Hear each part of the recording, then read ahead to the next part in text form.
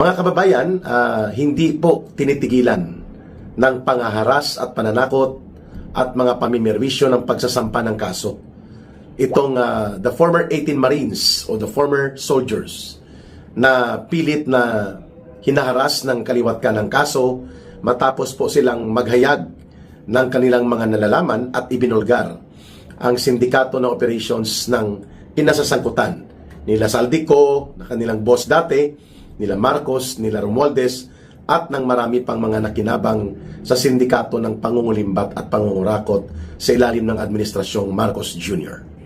Nagsampa ng kaso si Erwin Tulfo sa Pasay Prosecutor's Office matapos po na pinangalanan siya at natumbok na mayroon siyang total ng 8 maleta ang na-deliver sa bahay niya sa Green Hills. At ang estimated amount batay sa mga laki at mga nilalaman ng mga maleta, mga nasa 250 million pesos.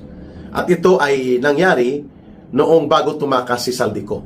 Noong 2025, I think March umalis si Saldico. So, mula 2024, last quarter at doon sa unang quarter ng 2025, ang pag-deliver nito. That's very clear, categorical ang pagtumbok kay Erwin Tulfo. Kaya siya, wala na siyang may pagtanggol pa, tumakbo na naman siya sa paggamit ng kaso, weaponizing the law and using the justice system upang iharas at i-intimidate at patiklupin itong matatapang na mga former soldiers na nagsisiwalat ng kanilang direktang mga kaalaman sa involvement ng iba't ibang mga personalidad at kaalyado nila Marcos at Romualdez sa tinaguriang the biggest scandal of corruption and plunder in the modern political history of the Philippines. Itong flood control scam na ito. Nagsampa rin ng kaso itong tinaguriang Dingvaxia Queen. No? Hindi ko naman yan kababayan by origin. Nakapangasawa lang po yan sa mga garin kay dating congressman and now mayor sa Iloilo province, sa isang bayan sa southern Iloilo na si Richard Garin. Kaya yan si Dingvaxia Queen Janet Garin ay taga Leyte yan, kababayan yan at kabarkada nila Romualdez. Galing Leyte, napunta lang ng Iloilo. No? Pero hindi naman yan Ilongga, by blood and by origin. Ayan. So, si Janet Dingvaxia Queen Garin ay nagsampa rin ng kaso dahil pinangalanan din siya. And then si Jam Baronda na Iloilo City Congresswoman. Mayroon pa pong pinangalanan dyan. Iwan ko kung na-mention ulit. Itong party list na Wasaag Ilonggo Party List na nagbebenta ng mga projects di umano. Ang pangalan niya si Jojo Ang. Kontraktorya na malaki sa Iloilo at sa paligid po ng Panay Island, Antique, Capiz, Aklan, Iloilo, Guimaras. Ganyan ang operations sila hanggang Negros. Itong party list na Wasaag Ilonggo Party List. Yan, Jojo Ang. So, marami na po, halos mga mahigit 10 na mga kaso ng iba't ibang mga pangaharas ang inatake sa mga former 18 soldiers na ito. And now, it has been confirmed by Attorney Levy Baligod na pinapaimbestigahan na rin sila ng NBI for other possible related crimes na pwedeng isampa sa kanila. Wow, talaga, no? Unlimited itong pangaharas at pangbubuli ni Matibag nang siya na ang naging NBI director. At ngayon, challenge nga ni Attorney Levy Baligod itong si NBI Director Matibag na kung ikaw ay tunay at tapat sa paglilingkod bilang professional head and matapat na lingkod ng batas sa isang supposedly ay professional law enforcement agency like the NBI, ba't hindi ka nagsasampa ng kaso sa mga magnanakaw at mandarambong na pinangalanan o mag-imbestiga man lang at magbuo ng case build-up dito sa mga pinangalanan na ng 18 former soldiers at in-identify na rin ni Saldico like si Sandro Marcos, si Martin Romualdez, sila J.G. Suarez, sina Dong Gonzales at marami pang mga personalidad mula doon sa consolidated affidavit nitong 18 former soldiers. Not a single case build-up or serious investigation was ever conducted by NBI. Also, similarly, ganon din po kay Ombudsman Boying Rimulya. Meaning, hindi lamang nila pinagtatakpan si Marcos at si Romualdez na silang totoo na nakadugtong bilang mga mastermind dito sa iskandalo ng pangungurakot na ito. Kundi sila mismo ay naging operatiba na ni Marcos. Itong ombudsman, Boying Rimulya, at itong si Matibag, parang mga private executioners, persecutors sila ni Marcos gamit ang kanilang kapangyarihan, poder at otoridad dyan sa ombudsman and NBI respectively. Kaya ito, nakikita po natin ay halos hindi maampat-ampat ang kaliwat ka ng kaso na pinagsasampa laban sa mga naturang former soldiers na ito.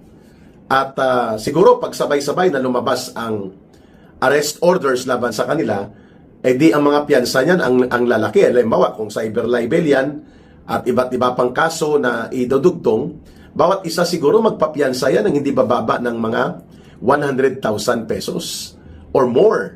So kung 18 sila, plus si Baligod na abogado na volunteer lawyer, 19. So aabot ng mga 2 milyon or mahigit ang hahanapin na pera upang sila ay mapiyansahan, at kung hindi sila makapagpiyansa, makukulong sila habang walang piyansa na na-apply para sa kanilang temporary liberty. So kung mangyari yan, edi wala na pong saysay ang kanilang paglalanta dahil sila na ngayon ang naging kriminal, instead na ang mga kriminal na ibinubunyag nila ang habulin at bibigyan ng karampatang mga aksyon at mga pagbubuo ng kaso at i-prosecute at papanagutin. Hindi po ginagawa ng gobyerno ni Marcos. Obvious na hindi po interes ni Marcos ang pagbibigay katarungan sa nangyaring malawakang pandarambong sa kaban ng bayan na kinasangkutan ng maraming mga kaalyado at alipores niya sa politika.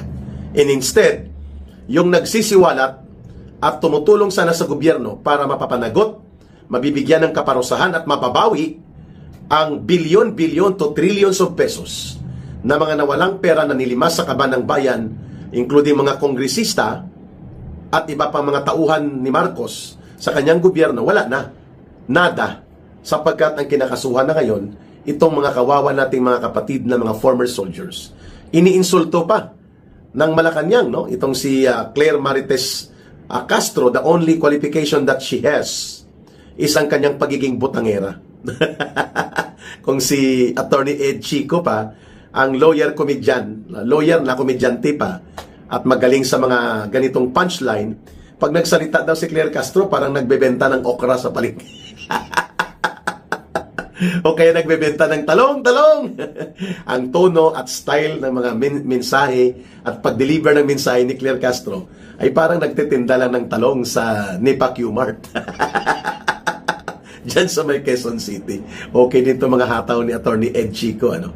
But nonetheless, seriously speaking, the NBI should be focusing instead sa totoong mga kriminal, sa totoong may mga dapat pananagutan sa batas, mga CPP, NPA, NDF na mga high level na mga pangungutong, extortion, at mga pag-infiltrate sa gobyerno, nakakakuha sila ng pondo. Yun dapat ang mga kaso na binibuild up ng NBI.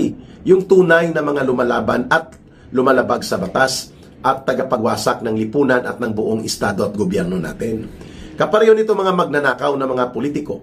Papalit-palit lang sa kanilang anak at asawa, nagnanakaw at paulit-ulit lang silang nagbebenta, nangungurakot ng mga proyekto dahil sila ay kaalyado ni Romualdez at ni Marcos, wala silang kaso. Libreng-libre sila. No? At iyan ang dapat pinopokusan ng NBI. Ang isiniwalat, dapat isa-isa nilang tinulungan, may mga abogado sila, set by set, individual by individual, mag-case build up. Pwede bang gawin ng NBI? Dapat gawin nila yon kasi mandato nila yan. Ang mag-prosecute o magsampa ng kaso together with the Department of Justice. Ang sinasampaan ng kaso, kami. Ang kaso ko sa NBI, 2 o 3, mga kababayan. Ang kaso ko sa PNP sa IDG, 2 din, mga kababayan.